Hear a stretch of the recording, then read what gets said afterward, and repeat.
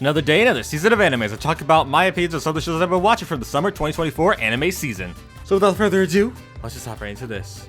But first...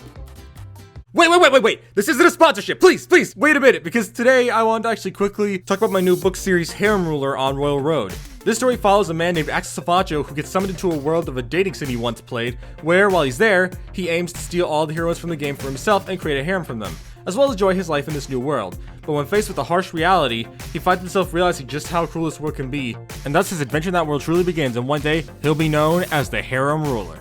Now, I know most of you probably aren't that interested, but I'd really appreciate if you gave it a shot since I've been working on the story for over 2 years now and I'm pretty proud of it. Plus, it's free to read. And with new chapters dropping every week on Tuesdays and Thursdays, there's plenty of story to look forward to. With that all said though, let's begin this season's multi-current review.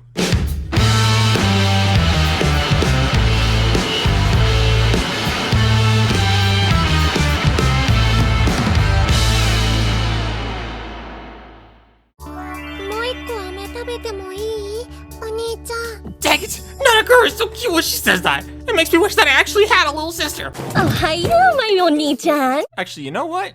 Never mind. I'm good.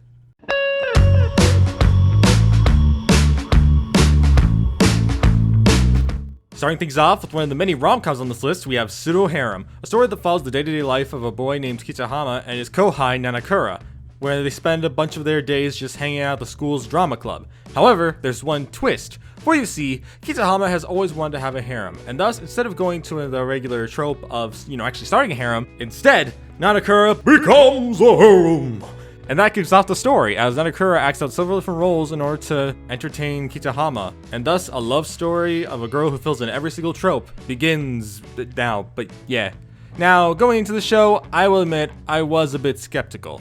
Mainly because while I enjoy my time with harem anime, it's just a thing that's out there and I just kind of enjoy it. I do find myself burning out of them really quickly if I watch too many of them at once, or all the characters introduced are just tropes with no real personalities. Which is why, while I hope the series would bring some fresh air into the harem trope, another part of me was worried that it would get boring after a while, and now that I finally sat down and watched it, yeah, I didn't really care much for this one. Now, it's not to say that I didn't like some parts. Heck, there were plenty of times where I had a big old smile on my face. However, there were plenty of problems that kept the show from being truly awesome to me. And the first of those things has to be how they set up the episodes.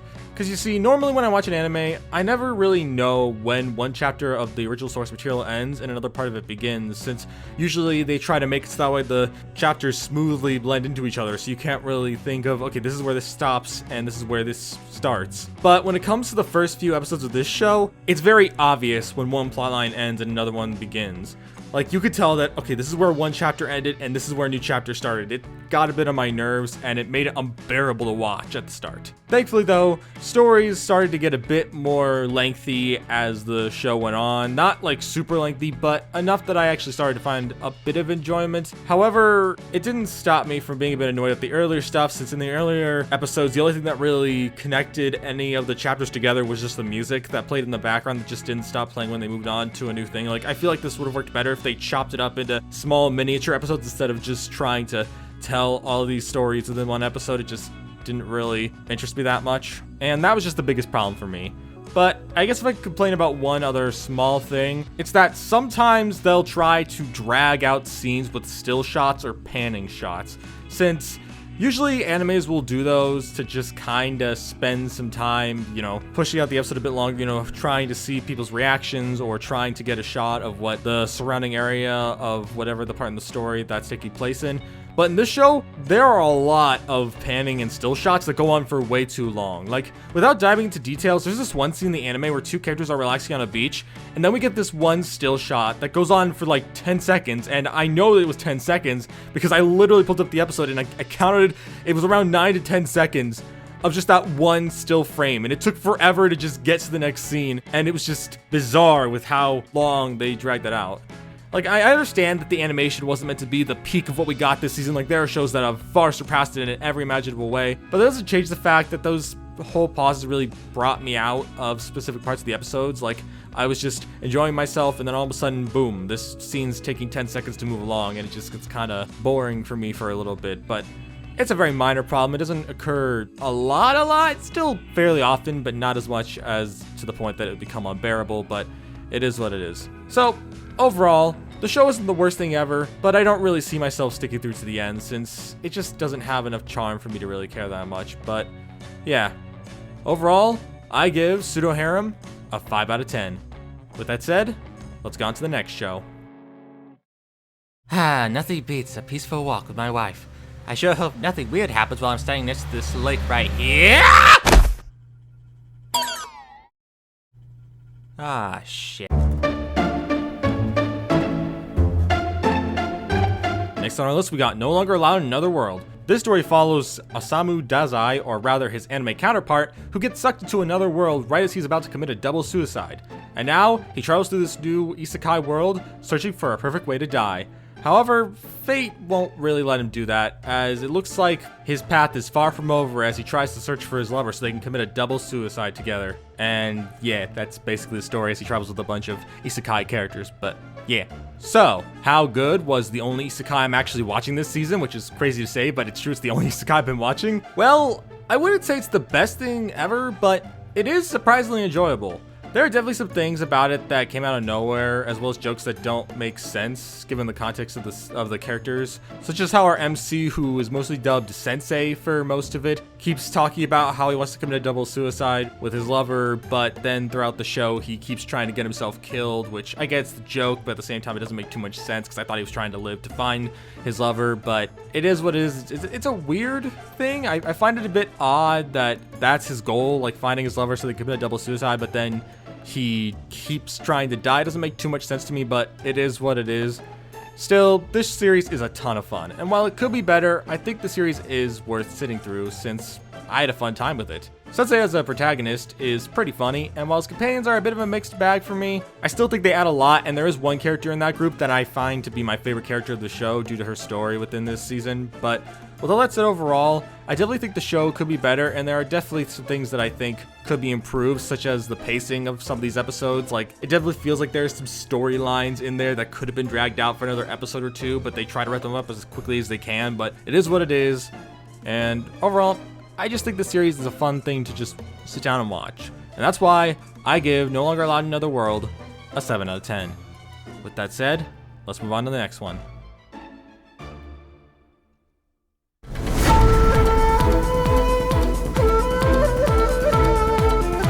Next up, we got the Elusive Samurai, a series I had just heard about in passing and ended up just waiting a bit and then finally giving it a shot like 5 or so episodes in.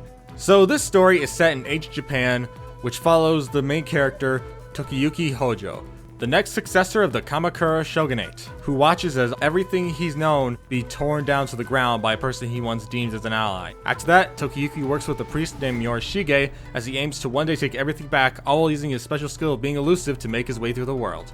Now, as I said, I really didn't know anything about the show, I just kind of heard about it. And when I started watching this anime, the first couple episodes really didn't speak to me that much. I felt like they were quite rushed, and as I kept watching, I was wondering, is this show kind of overhyped? Because, like, I didn't think it was terrible or bad. I just felt like it just went from 0 to 100 way too quick, and I would have liked maybe a bit more of a balance. It's just, the beginning felt a bit weird for me, but then I kept watching. And before I knew it, the show actually started to get really freaking good. Like, plots were starting to be dragged out a bit more. They tried to take their time with more of them. And unlike No Longer Allowed in Another World, where they try to tell stories within 1 to 2 episodes that feel like they should have gone longer, in this case, most of the stories go for 1 or 2 episodes, but they feel like they're just contained enough. It's basically the opposite, where in No Longer Allowed in Another World, it didn't work as well for me. I felt like in this show, the 2-episode format or so, like 2 to 3 episodes, was good. Like, I'm legitimately loving this show a lot now. Even though the beginning was not the best, I still think that the rest of it has been super freaking good. Now, I will say that the show isn't perfect. As I said, those first couple episodes could have been a lot better.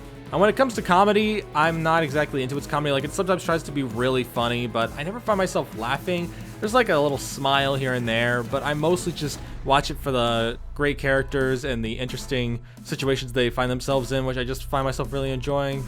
But overall, I've been having an absolute blast with this show, and now I'm looking forward to watching every new episode every single week, and I'm excited to see where Tokiyuki's journey goes next. I'm very curious to see where else things will go, and if he can take back everything that was taken from him. And yeah, with all that said, I give the Elusive Samurai an 8 out of 10. And now, let's get into the biggest memed anime this season. Just another day of school, la la la la. Huh?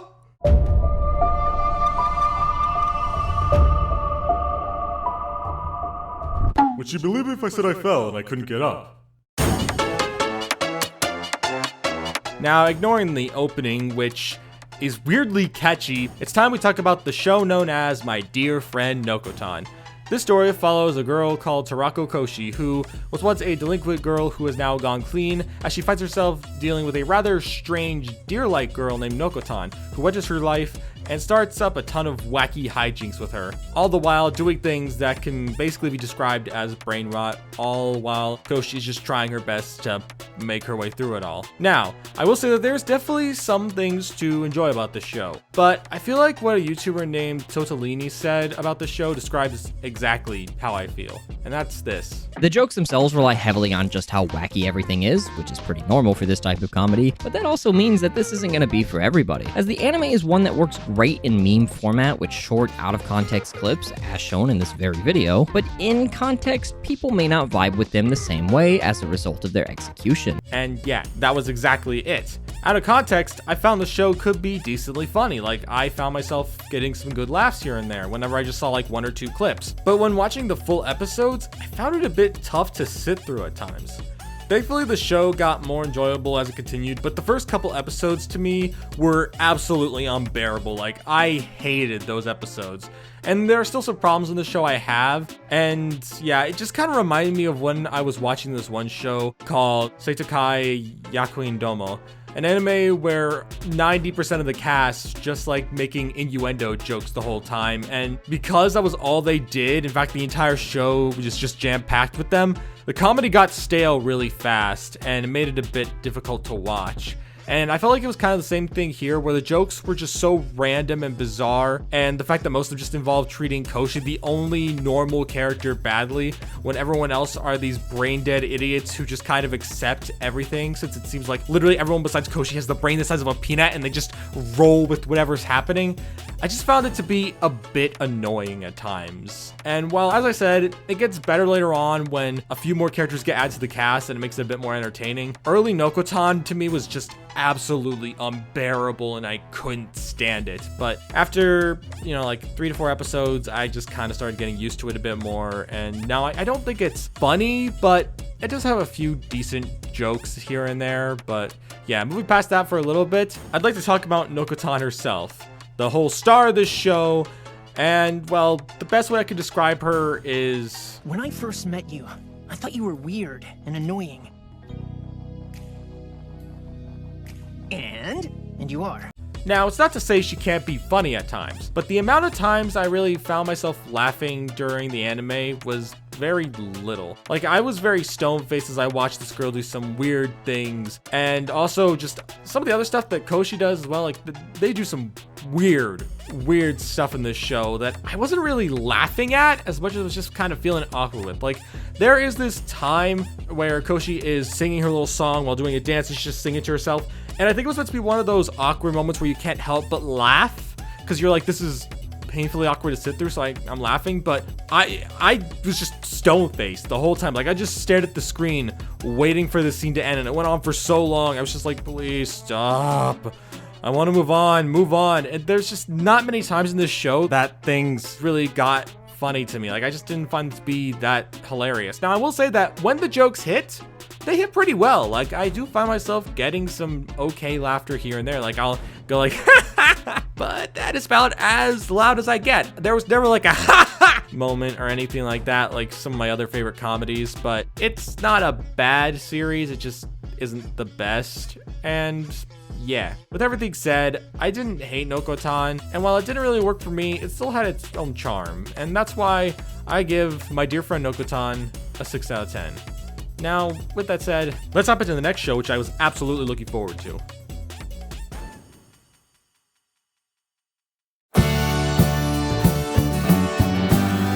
Next up, we have Alya Sometimes Hides Her Feelings in Russian, a series that I've wanted to watch ever since I heard it was getting an anime adaptation. This story follows a boy named Masuchika as he goes through his day-to-day life while his classmate Alya constantly teases him in Russian, thinking he has no idea what she's saying, with the big twist being that he actually speaks Russian, so he can understand every single word.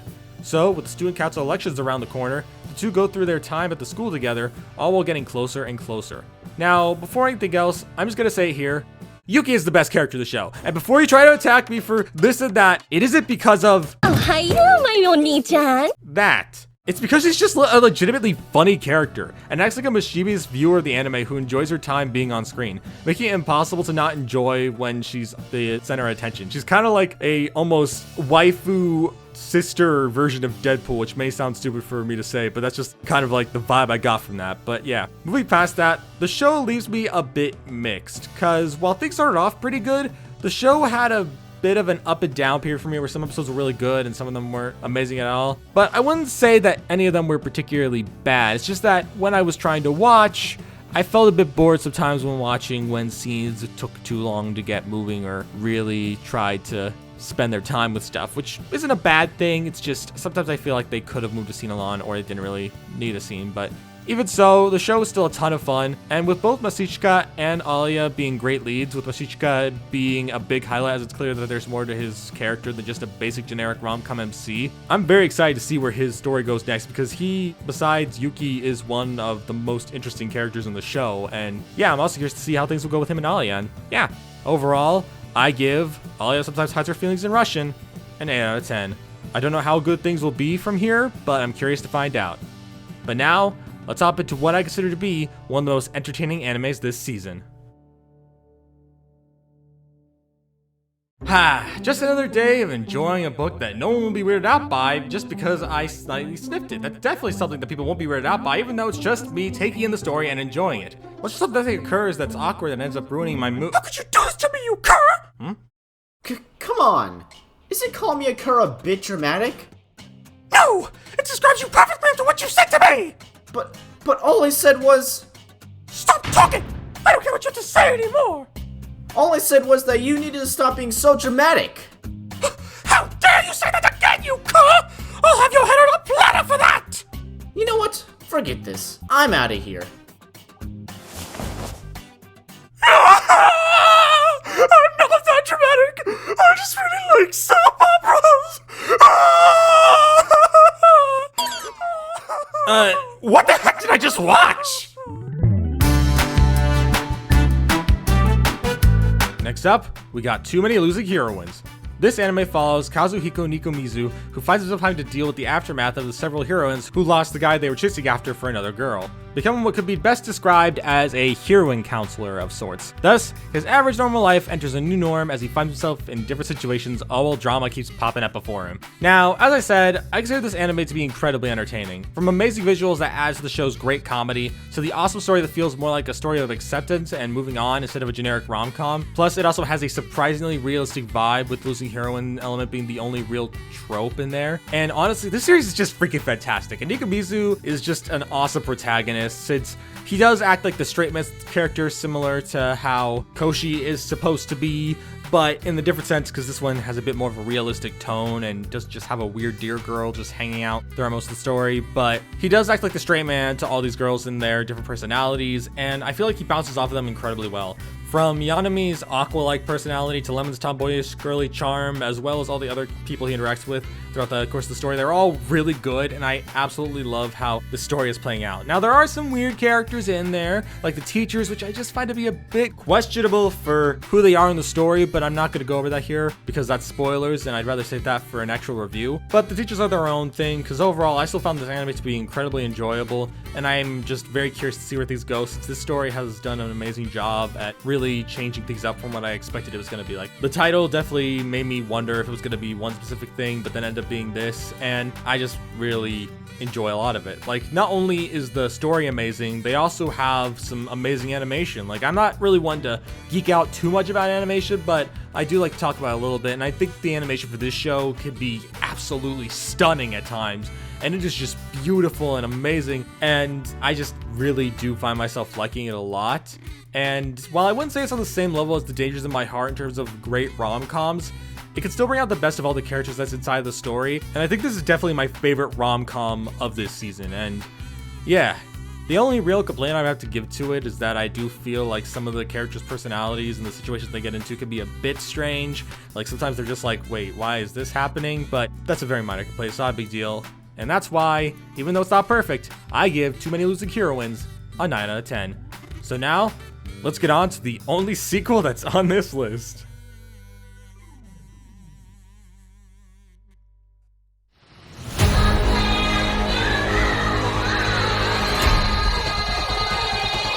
As I said, this is the only sequel on the list, which is Oshi No Ko Season 2. A series that I've got not just one, not just two, but 3 spoilers that occur later in the manga, which I'm not going to spoil here because unlike some people on the internet, I'm not one who would try to pull that kind of stuff. But anyways, what is the story of this season of Oshi No Ko?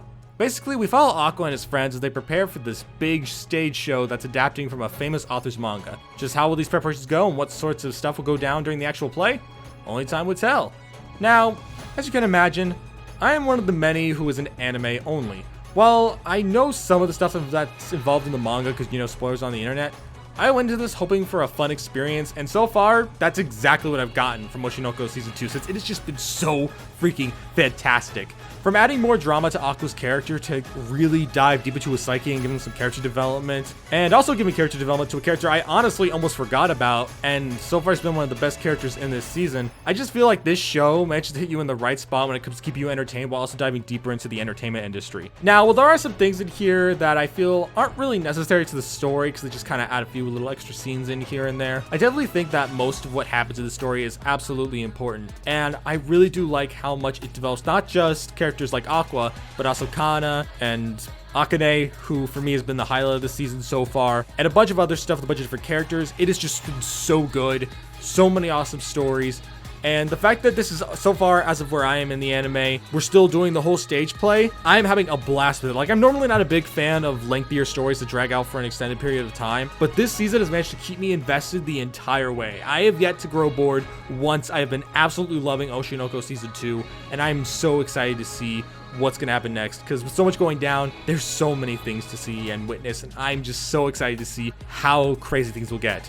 As long as I ignore that there is some weird stuff that happens later in the manga that I've already been spoiled on, but again, I'm not going to elaborate on it, but I know there is some stuff later on that will be a bit weird, but still, from where I am right now in the anime, I'm absolutely loving it. I'm just having such a great time. The anime is beautifully animated, beautifully developed and stuff. I just love it so much. And yeah, with all that said, overall, I give Oshi No Ko Season 2 a 9 out of 10.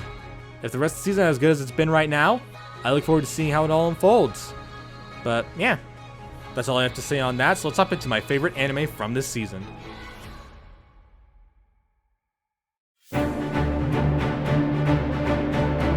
At last, we reach Wistoria, Wand and Sword, an anime written by the same guy who made Danmachi, a series I hold very close to my heart. Though, I didn't actually know about that until episode 5, so don't worry, this isn't going to be biased or anything. But yeah, moving past that, this story follows Will Surfort, a young boy who lives in a world of magic where he's the only one who can't use any. So instead, he uses his brute strength and sword skills to try and reach the top and become a Magia Vander in hopes of reuniting with his childhood friend. Now, before you say anything, yes, this does just seem like Mashle and Danmachi mashed together. And yes, the pun was intentional. But moving past that, I went to the show figuring it would be just some fun fighting anime with a decent story. However, after having watched about 6 or 7 episodes, I absolutely freaking love this anime because despite doing basic generic story beats for a lot of the show, it manages to excel at every single one of them, and I find myself absolutely freaking loving it. There is not a single episode of this show that I've found bad yet. Like, I've been loving every single episode. And before I knew it, after trying to watch the first 5 episodes all at once, they blew by in the blink of an eye. Like, I'm amazed at how quickly they went by. I was just astounded. Like, they were so quick to get through. Like, I'm astounded that I decided to wait that long to watch the anime because it is just so freaking good. It is so incredible. With the animation just adding to the amazing story, I found this to be an absolute real freaking treat. Like, it is so good. And yeah, I know this show won't be for everyone, but for someone like me who can love every single fantasy anime he watches, Ignore that. I found it to be really charming, and I'm happily looking forward to seeing every new episode as they come out because I'm just having such a great time. Not to mention, Will is just a great protagonist. Even if he does have a ton of similarities to Bell from Danmachi, he still manages to stand on his own 2 feet, and I find myself rooting for him every time he puts up a fight, proving to me that I already want to see this underdog take his place at the top. That's why, in the end, I think Wistoria is just absolutely my favorite anime this season, and I want to give it a 10 out of 10. I don't know if the number will go higher or lower as the season goes on, but I've been in love with this anime, and I'm so excited to see where these go next, because this anime has just been the peak for me. Like, it has been so freaking good, and I'm really excited to see where these go next. And that about wraps it up. Thank you all for watching, and if you found yourself enjoying this video, be sure to subscribe as well as leave a like. Once again, if you have the time, make sure to check out my series Harem Ruler on Royal Road, since I put a lot of work into it, and it's free. You don't have to pay anything, you just read it right then and there. And yeah, thank you all for watching, and I will see you all around. Peace!